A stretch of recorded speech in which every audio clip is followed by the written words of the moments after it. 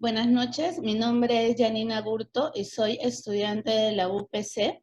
A continuación desarrollaremos un modelo de entrevista en profundidad para nuestro proyecto del curso Recursos Tecnológicos. Para ello contamos con el apoyo del economista Julio Kanagusuku, quien nos va a despejar nuestras dudas acerca de las causas de la informalidad en el Perú durante los últimos 5 años. Buenas noches, Julio. Hola, buenas noches. Julio, coméntanos un poco acerca de tu experiencia en el rubro. Soy licenciado en Economía en la Universidad Nacional del Callao. Tengo especialidad en Ciencias Sociales, Humanidades y Ciencias Sociales. Actualmente me desempeño como docente y tengo a mi cargo también una empresa de consultoría. Ok, Julio. Procederemos a las preguntas. Uno, Ok. ¿por qué cree usted que en el Perú existe tanto índice de informalidad? Bueno, la informalidad en realidad no es de hace unos años, ni tampoco es de hace unos 10 años, ¿no? Para comprender este tema de la informalidad habría que remontarnos hasta la década de los 80, los 70, cuando se da esta gran migración, la gran llamada del campo al pueblo, del campo a la ciudad, ¿no?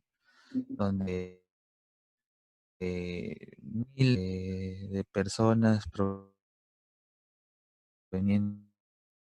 de la sierra, esas ciudades por temas de terrorismo, por temas de la hambruna, por temas de enfermedades, y en masa vienen y se asientan acá en Lima, ¿no?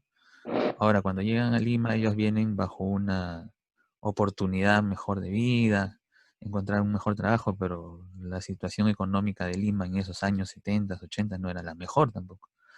Entonces, cuando ellos llegan, se asientan y no les queda de otra más que buscar sus propios recursos.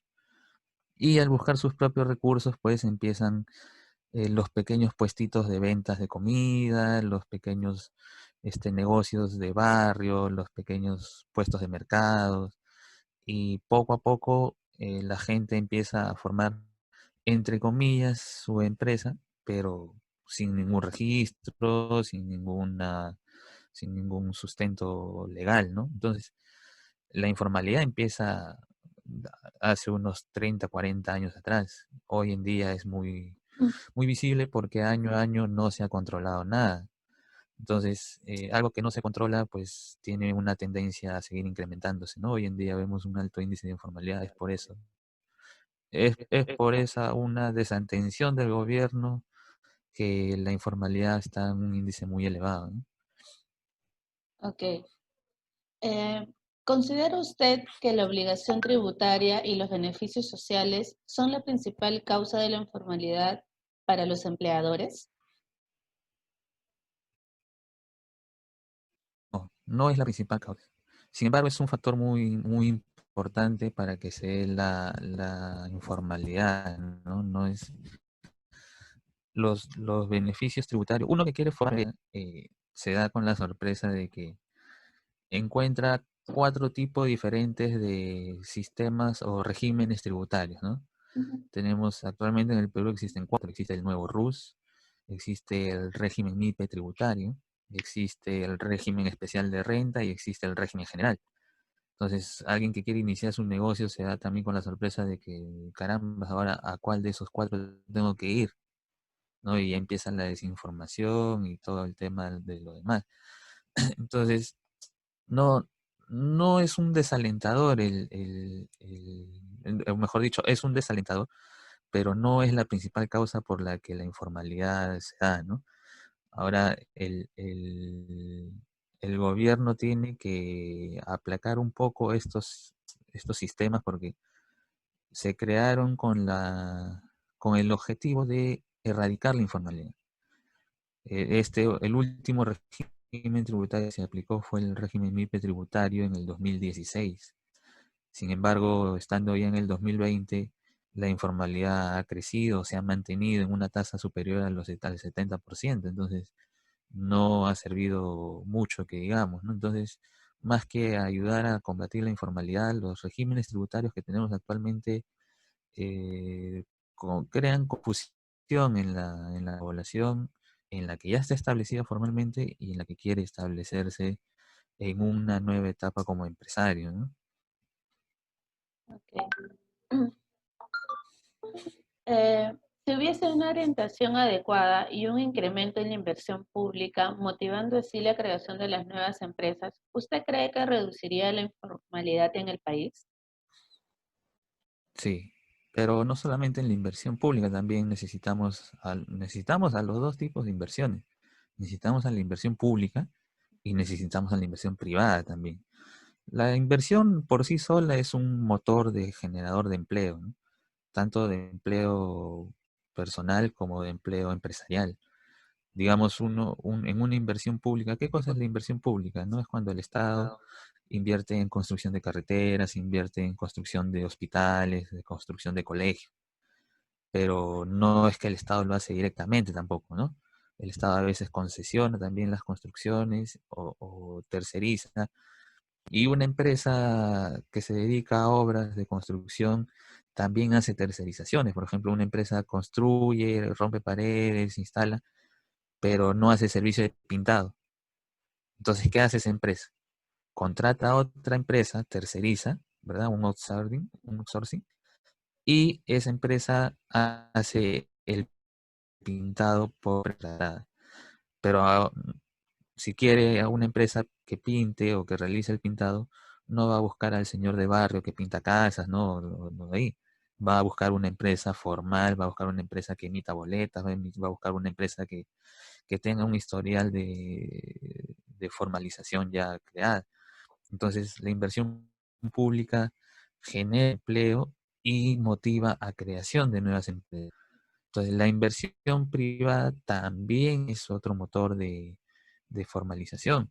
Más que nada por el tema de las empresas que ya quieren ampliar su negocio o quieren expandir un negocio complementario al que ya tienen.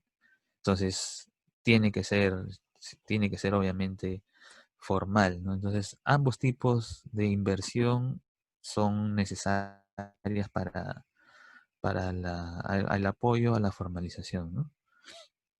Ok. Eh, ¿Por qué tipo de empresa se debería empezar a combatir la informalidad? ¿La microempresa, la pequeña empresa o mediana y gran empresa? Correcto.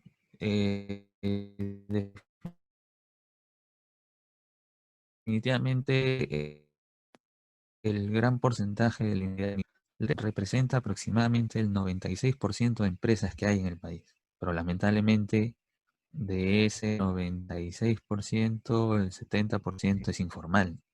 ¿A qué le llamamos una empresa informal para empezar? ¿No? De repente no nos dimos ese concepto de un inicio. Entonces, una empresa informal es aquella que tiene dos características, ¿no? Primero, que no está debidamente registrada en las instituciones correspondientes. Tú cuando quieres crear una empresa, lo primero que haces es generar la minuta de constitución en una notaría y luego llevarla a los registros públicos, a la SUNAR, para que ya creas una partida de registro, ¿no? Es como, como las personas tenemos nuestra partida de nacimiento, ¿verdad? Que nos hace un ciudadano. Las empresas tienen una partida de registro que los hace una empresa formal como tal, ¿no? Entonces, eso es una empresa formal. Luego de eso, esa empresa que ya es debidamente registrada, tiene que ir a la SUNAT para que le den el RUC y pueda emitir boletas, facturas y pueda hacer sus pagos de impuestos correspondientes, ¿no? Eso es una empresa formal. Ahora, una empresa informal es la que opera sin nada de lo mencionado anteriormente, ¿no? Abres, dices, quiero poner una bodega, acomodas tu casa, ¿verdad? Que da para la calle, acomodas, pones tus vitrinas, consigues proveedores, productos y listo, empiezas a vender. No emites boletas, no emites facturas, ¿no? Entonces, un poco como para aplacar la situación, emiten notas de ventas, situaciones que no tienen título o valor, ¿no? Pero formalmente no están registradas, ¿no? Incluso ni siquiera tienen RUC. Y, y es por ese lado tenemos una informalidad, cuando no está debidamente registrada. El otro lado de la informalidad viene cuando estás debidamente registrada, pero a tus trabajadores no les otorgas ningún tipo de beneficio, ¿verdad? Entonces, no, no les pagas planilla, no les das gratificaciones, CTS, ni nada por decir, y no emites boletas tampoco. Entonces, ese es otro tipo de empresa informal. Entonces, por ese lado, gran porcentaje de los que realizan este tipo de actividades son las microempresas. Entonces, por ahí es donde se debe aplicar. Y la microempresa es un motor de empleo en realidad, porque la economía se mueve en base a las microempresas. Como te mencioné al inicio, el 96% de empresas que operan en el Perú es del tipo microempresa. Genera casi el 40% de la población de empleo en la población económicamente activa y le aporta un gran porcentaje al PBI también en cuanto a producción, ¿no? Sin embargo, todos los impuestos que se deja de percibir por no tener a esas microempresas formalizadas también es significativo, repercute un montón, ¿no?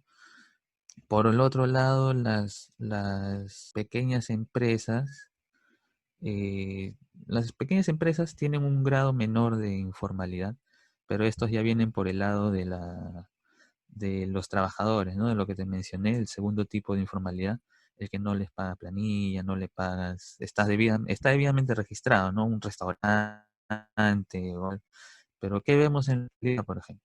Vemos un restaurante donde el mozo que te atiende es un venezolano y a ese venezolano le estás pagando inferior al sueldo mínimo, no le estás pagando vacaciones, no le estás pagando CTS, no le estás pagando gratificaciones ni nada que tenga que ver con beneficios sociales.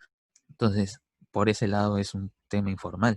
Hay empresas que tienen trabajadores peruanos con la misma modalidad, con, con el sueldo mínimo, inclusive menor al sueldo mínimo, y sin embargo operan como una empresa formal, pues, ¿no? Pero eso está mal también. Y por el lado de las grandes empresas, eh, el tema también, el porcentaje ya es menor. Las grandes empresas en realidad son pocas en el Perú, pero de igual manera hay un cierto grado de informalidad, pero en temas de documentación, de permisos, ¿no? Ese es su gran poder adquisitivo, o los grandes ingresos que deja para el país les da cierta condonación, ¿no? Si no tenemos el caso de Telefónica del Perú, una gran empresa que le debe más de 2.000 millones de soles al Perú en impuestos, sin embargo, no le pasa nada. Entonces, así como ellos, hay otras empresas mineras también, por ejemplo, que grandes empresas que dañan al medio ambiente o qué sé yo, ¿no? Pero por el gran aporte que significa sus ingresos al país, el Estado les da cierta mano blanda, como se le llama, ¿no? Ahora también por el lado de combatir esto de eh, en realidad aquí es donde sí influye la pregunta, la segunda pregunta que me hiciste sobre los regímenes tributarios, porque la evasión tributaria también es una modalidad de informalidad, ¿no? Y, te comento porque, por ejemplo, hay empresas o microempresas que estando en el sistema del nuevo RUS, que es un régimen tributario el cual si tú ganas hasta 8.000 soles, o mejor dicho, generas hasta 8.000 soles de ingresos en ventas, tú pagas de impuestos 50 soles, nada más. Generas 8.000 soles de ingresos, pagas de impuestos 50 soles. Pero ¿qué pasa si ganas 10.000, si haces 12.000, si haces 15.000? Tienes que cambiar tu régimen tributario a otro donde ya pagues impuesto a la renta, pagues IGB y pagues todo lo demás. Entonces, ¿qué hace el microempresario que efectivamente vende más de 10.000, más de 8.000, más de 12.000 soles para seguir manteniéndose pagando 50 soles? No emite boletas. Es la clásica de los bodegueros, ¿no? Tú vas a una bodega te compras una gaseosa con 2 queques, terminas y te vas. El bodeguero no te dice, señor, su boleta, ¿no? O tome su boleta. Ahora el ciudadano tampoco exige la boleta cuando puede exigirlo, ¿no? Pero la gran mayoría de microempresarios, formales inclusive, no emiten boletas para seguir manteniéndose con ese sistema del nuevo RUS y no pagar mayores impuestos, ¿no?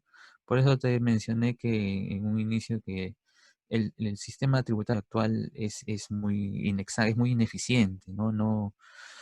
Promueve mucho la informalidad, entonces el Estado debería hacer algo para cambiarlo, ¿no? Entonces, pero respondiendo a tu pregunta puntual, a esta pregunta, lo primero que se debe atacar es la microempresa, ¿no?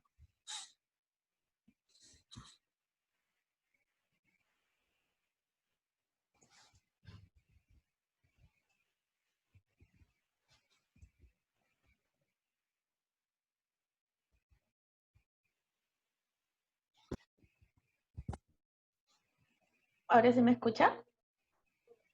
Sí, Ya. ¿Quién ahora o sí. quiénes, ok, quién o quiénes considera que son los principales entes que fomentan la informalidad? ¿Qué opina del papel del Estado ante esta situación? Todas las entidades, todas las entidades involucradas en la creación de una empresa son las que, ahora yo te comento porque si tú quieres formar una en el Perú, aproximadamente a los 20, 25 días, y esto es como mínimo 20, 25 días, recién abres tus puertas al público, ¿no? O sea, y estamos hablando de una empresa pequeña, o sea, algo simple, ¿no? Como una bodeguita, una librería, una cabina de internet. Pero, por ejemplo, tú quieres poner algo más grande como un restaurante, un policlínico o algo, te va a demorar meses en aperturar. ¿Por qué? Porque los trámites burocráticos es una total falencia, es una pérdida de tiempo en el Perú. En Chile, en una empresa lo constituyes en 2 días y al séptimo día ya está abriendo al público. En Europa lo constituyes en 24 horas y al quinto día está abriendo al público. Pero aquí, al mes y medio, recién estás abriendo las puertas al público. ¿Por qué? Porque primero, cuando tú vas, la primera institución a la que vas es a la notaría para que te elabore.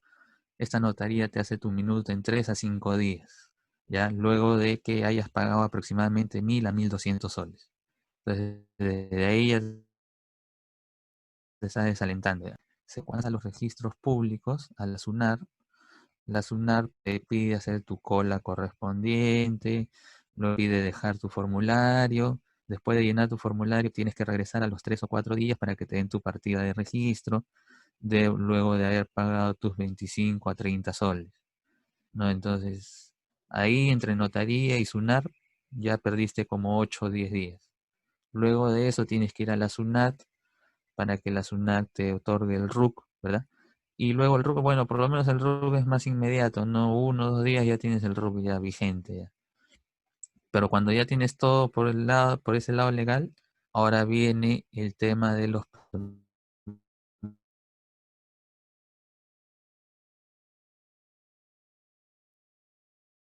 permisos municipales. De permiso municipal según el distrito en el que estés, no que varía de 300 a 700, 800 soles. Y tienes que esperar tus 12, 15 días hasta que también defensa civil. Claro. Entonces, estamos hablando ahí nomás en todo esto que te estoy hablando, ya cuánto ha pasado ya. Ya ha pasado, ya ha pasado 30 días por lo menos, ¿verdad? Entonces, todas las instituciones, todo un empresario que quiere motivado a ser formal, un empresario que está motivado a ser formal, y dice, ya, voy a formar mi empresa, y se da con todo, con la información de todo esto que yo te estoy diciendo, entonces dice, puch, ¿sabes qué? Mejor no. Ya así nomás, de una vez, más rápido. Entonces, ¿cuántas personas hacen eso? ¿Cuántos empresarios pasan por eso? Entonces, el trámite de la formalización es muy tedioso, muy burocrático en realidad. Entonces, hasta ahí, desde la Constitución ya estamos mal ya. Por otro lado, cuando ya eres formal, cuando ya estás operando, cuando ya trabajas para el público, tenemos el tema de la SUNAT, que te promueve a ser informal, también como te expliqué en la pregunta anterior, ¿no? Con los diversos impuestos que tienes y mejor el empezar la pasión tributaria y todo lo demás, ¿no? Y otro que también promueve la informalidad son los fiscalizadores del Ministerio de Trabajo, ¿no? Eh, muchas veces se encuentran irregularidades en las empresas y en lugar de notificarla, llegan a un arreglo económico con el dueño y los inspectores se van con los bolsillos llenos y esa empresa se salvó hasta una nueva fiscalización que se la van a hacer en 2 o 3 años, ¿no? Entonces, es toda una cadena de errores, una tras otra, desde el inicio hasta fin, que cada institución promueve la informalidad, una más que otra inclusive, ¿no? Entonces, eh, por un lado ya el Ministerio de la Producción ha hecho algo bueno, que la constitución de tu empresa lo puedes hacer de forma virtual. Entonces ya no es necesario estar haciendo todos esos trámites de ir a la SUNAR, pero sin embargo los permisos municipales todavía sigue siendo una traba, pues, ¿no? Entonces, más que nada por el tema de que tienen que ir personalmente a los locales a verificar, a inspeccionar, a medir, ¿no? Que cumplan con los reglamentos establecidos. Pero el, el- el tema formal, estando ya formal, las instituciones correspondientes de fiscalizar deberían de ser un poco más mano dura, como se dice, ¿no? Entonces, el peruano aprende a mano dura, si no le van a seguir sacando la vuelta a la formalización, ¿no? Ok,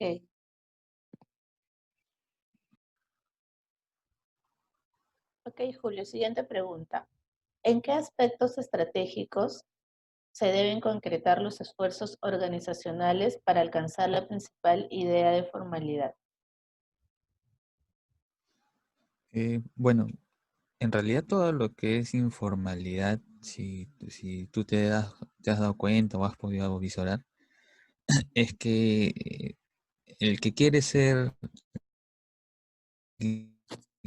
formal siempre encuentra el lado malo, ¿no?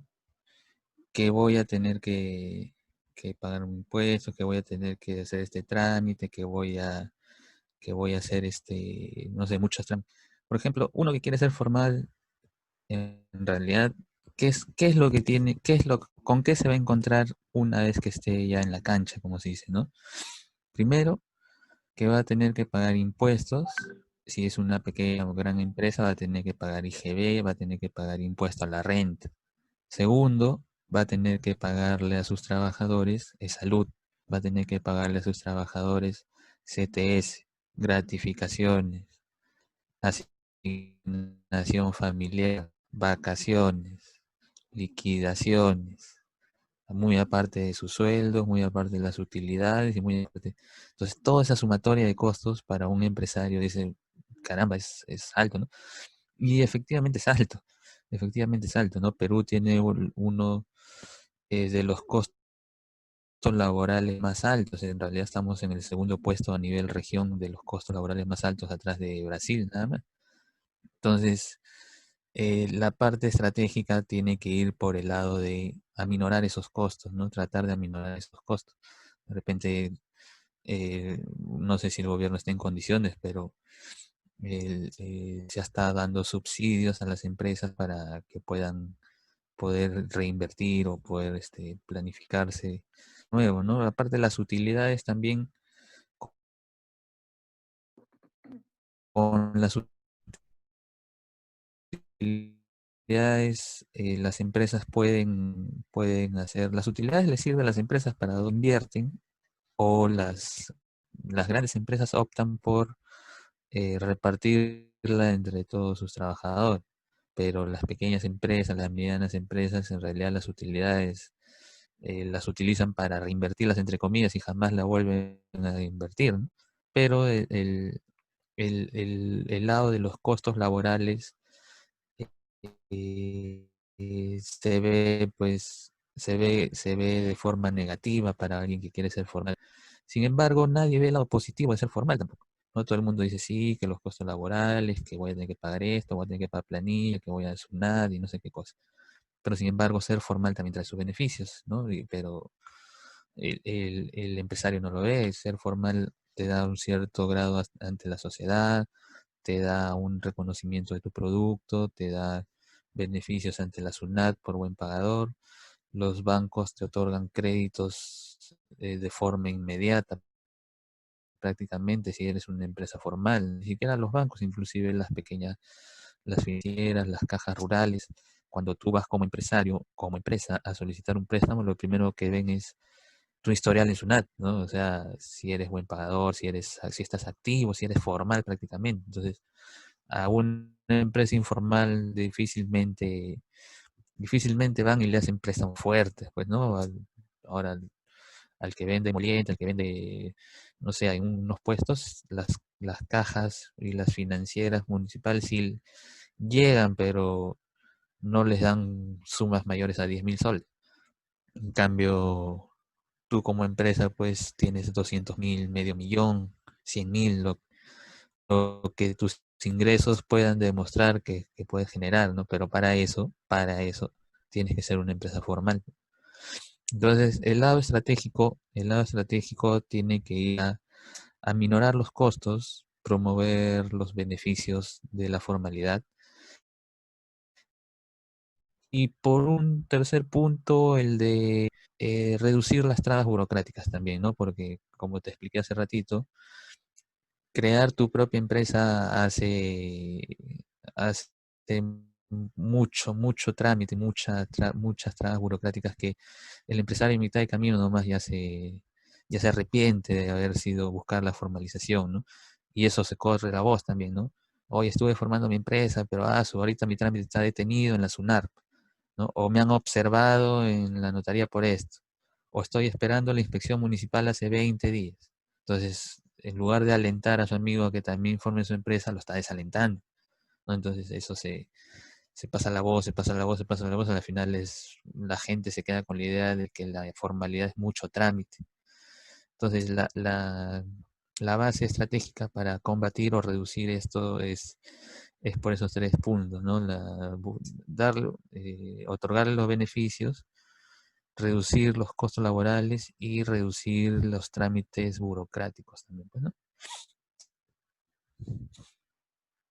Eh, eh, ¿Cuáles son los factores clave de éxito que determinan el cumplimiento de una empresa formal? Bueno, los factores claves de éxito vienen por el lado del apoyo institucional también, pues, ¿no? El- una empresa formal sale a flote o se mantiene vigente en el mercado gracias a que las instituciones que deben apoyarlo lo están apoyando.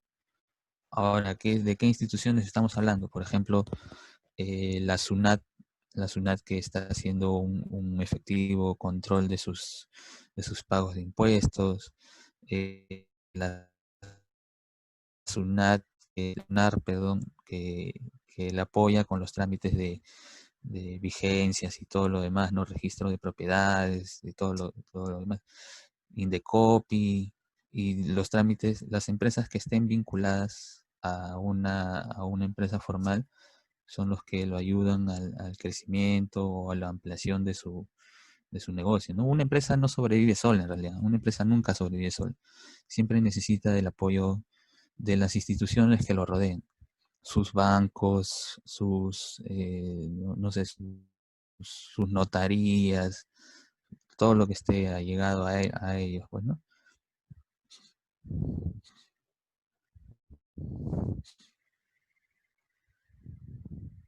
Eh, ¿Cuál es más tendencia de variables macroeconómicas en el Perú y cómo afectan el desarrollo de la organización? Bueno, en este año 2020 sí ha sido fatal, ¿no? Ya debido a la crisis de la pandemia que estamos viviendo, pero el Perú, hablando de los años anteriores, uno de los principales que han crecido en la región, ¿no? ¿Cómo medimos el crecimiento de un país? Lo medimos mediante el PBI, el Producto Bruto Interno, ¿no? ¿Qué cosa es el Producto Bruto Interno? Es la sumatoria de la producción, de toda la acción, de todos los sectores económicos del Perú, del sector pesca, del sector construcción, del sector transportes, del sector minero, del sector agricultura, ¿no? Entonces, la sumatoria de toda esa producción determina cuánto ha sido el PBI del Perú. Entonces, podemos decir, por ejemplo, que en el año 2017 el PBI del Perú creció 4% respecto al año 2016. Así también podemos decir que en el año 2018 el PBI del Perú creció 3.5 respecto al año 2017. Y así ahí mide el crecimiento del país. ¿Se escucha? Entonces, el crecimiento del Perú en cuanto a PBI en la región estaba yendo bien, ¿no? Estaba entre los primeros, pues primer, segundo, tercer puesto compartiendo con Chile y Bolivia los primeros lugares, ¿no?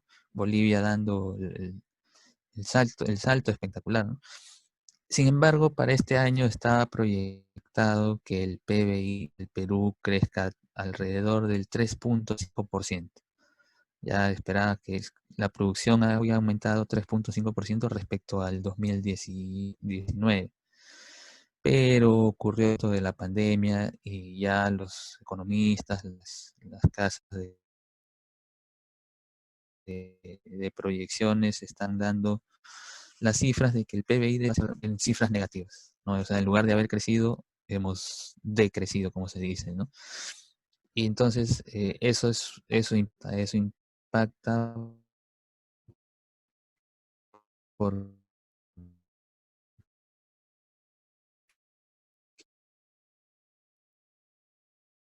el PBI, conforme aumenta el PBI significa que hay más empleo. Este año la informalidad, por lo menos este año no va a poder impactar, ¿no? Otro de los medidores importantes para el país es el riesgo país, como se dice, ¿no? Que mide el bienestar social por el tema de estabilidad política, estabilidad social. Entonces, políticamente nosotros podríamos decir que estamos en cierta estabilidad, ¿no? Entre comillas también, porque es un Congreso nuevo, se dice que es un Congreso populista, entonces no sabemos las leyes que pueden sacar de aquí a 1 o 2 meses y que si va a ser beneficioso o no para la informalidad o para la formalidad. Entonces, es un poco incierto el futuro con este nuevo Congreso tildado de populista, ¿no? Por el otro lado, el tema social, la delincuencia también es otro galope que, ¿no? Por ejemplo, vemos en las noticias que en Juan del Urigancho una misma farmacia es asaltada 3 veces en una semana, ¿no? Entonces, una cabina de internet es asaltada 3 veces días. Entonces, los negocios hoy en día son temerosos en abrir porque temen ser asaltados, temen ser, eh, no sé, víctimas de la delincuencia, ¿no? Entonces, el indicador de riesgo país también es uno importante para el país. Pero el indicador mayor importante es el PBI agregado, como se le llama, ¿no? El PBI agregado determina el consumo, la inversión, el gasto y las exportaciones y las importaciones. Por el lado del consumo, pues también hoy en día el consumo es un dinamizador de la economía. Mientras la gente más consuma, hay más, hay más dinamismo en la economía, entonces se generan también más puestos de trabajo, las empresas tienen más dinero, empiezan a invertir y todo, ¿no? Entonces, pero el consumo está estancado también, ¿no? Ahora la gente está saliendo a consumir lo básico, lo necesario, ya no hay tiempo para el recreo, ya no hay tiempo para la distracción. por el lado de la inversión, el tema viene del gobierno, pero el gobierno ahorita la única inversión que está haciendo es para aplacar un poco la crisis, la situación de desempleo que está sufriendo el país, ¿no? Entonces, la tasa de desempleo es otro de los factores que también mueve la macroeconomía, ¿no? Porque cuando hay más gente desempleada, como es en el caso del país, y ellos necesitan generar un ingreso, ¿qué es lo que hacen? Entonces salen a vender ropa tirados en el piso, salen a vender comidas, no sin ningún registro sanitario, entonces la informalidad galopa, pues, ¿no? La informalidad crece de forma exponencial, ¿no? Hoy en día, en épocas de crisis, si hacemos un balance de cuánto está la informalidad hoy en día, debe superar ampliamente el 70% que era la cifra oficial, ¿no? Entonces, las variables macroeconómicas que hay que mirar bien es el PBI, el desempleo, el PBI agregado y el riesgo país, porque estos son los que determinan la informalidad. Nada, el más importante me parece que es el desempleo, ¿no? El desempleo promueve la informalidad porque es la única manera de generarse ingresos, no hay otra forma de generarse ingresos. Bueno, esas son las variables, ¿no?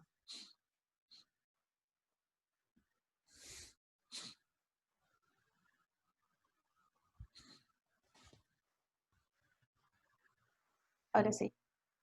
¿Cómo detectar las oportunidades y amenazas en la Sí. informalidad?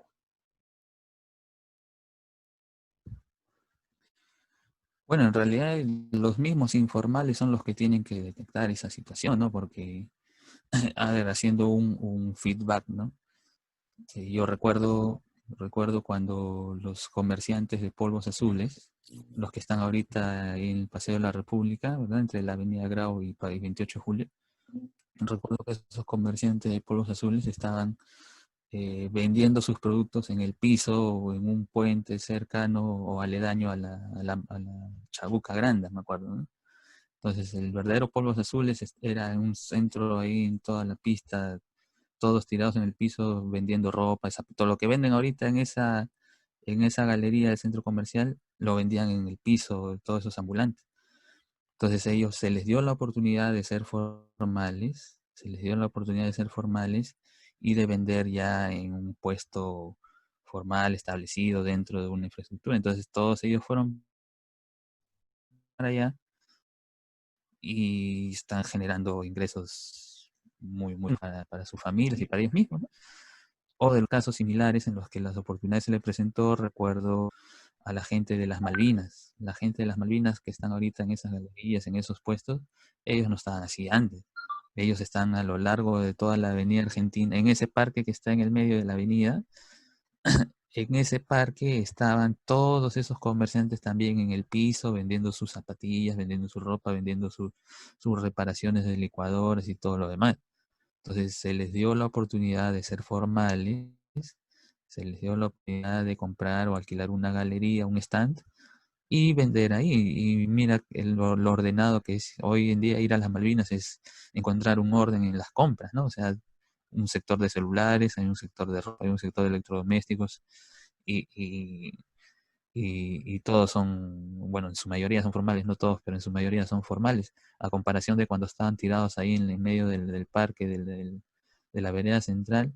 Entonces se les presentó una oportunidad y la aprovecharon muy bien. Una, una última que recuerdo, la más cercana, es la de la parada, no sé si tú también recuerdas. Los comerciantes de la parada que se resistían a salir de ahí y hubo una tremenda pelea con la policía, que no sé, con los caballos terminaron heridos y todo lo demás, ¿no? Se les ofreció la oportunidad de sacarlos de ahí de la parada porque era un foco infeccioso. Los llevaron al gran mercado mayorista de arte y hoy en día mira cómo hacen dinero con todo lo que venden ahí, ordenaditos todos en esa gran hectárea, ¿no? Entonces las oportunidades las tiene que visualizar el mismo, el mismo informal, todos de Gamarra también a todos se los han sacado ahí, se les está planteando la idea de que ingresen a comprar stands dentro de las Malvinas, pero no quieren.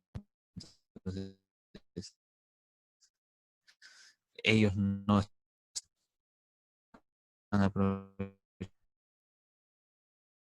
oportunidades, ¿no? Y las amenazas, ellos mismos también los pueden ver, ¿no? Entonces vienes golpeado, que te roben la mercadería, porque tú vas a la comisaría y le dices, no, me han robado mi mercadería. Ok, señor, ¿dónde trabaja usted? No, yo doy el piso mis zapatillas. Entonces, como que no te van a decir, bueno, señor, usted es informal, pues, ¿qué esperaba, no? Entonces, las oportunidades y las amenazas tienen que venir, pues, del lado del mismo informal. Ellos mismos tienen que ver cuál es lo que mejor les conviene, ¿no? Entonces, ya hay un historial de aprovechamiento de oportunidades que el informal tiene que saber aprovechar. Pero si no lo quiere hacer o no lo quiere ver, bueno, ya queda en él, pues, ¿no? Pero las hay. Las oportunidades siempre.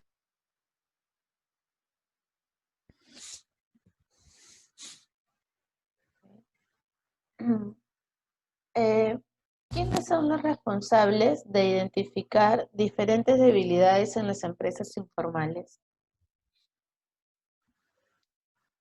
Bueno, en realidad deberían ser las dos empresas ligadas a lo que es el sistema empresarial del país, ¿no?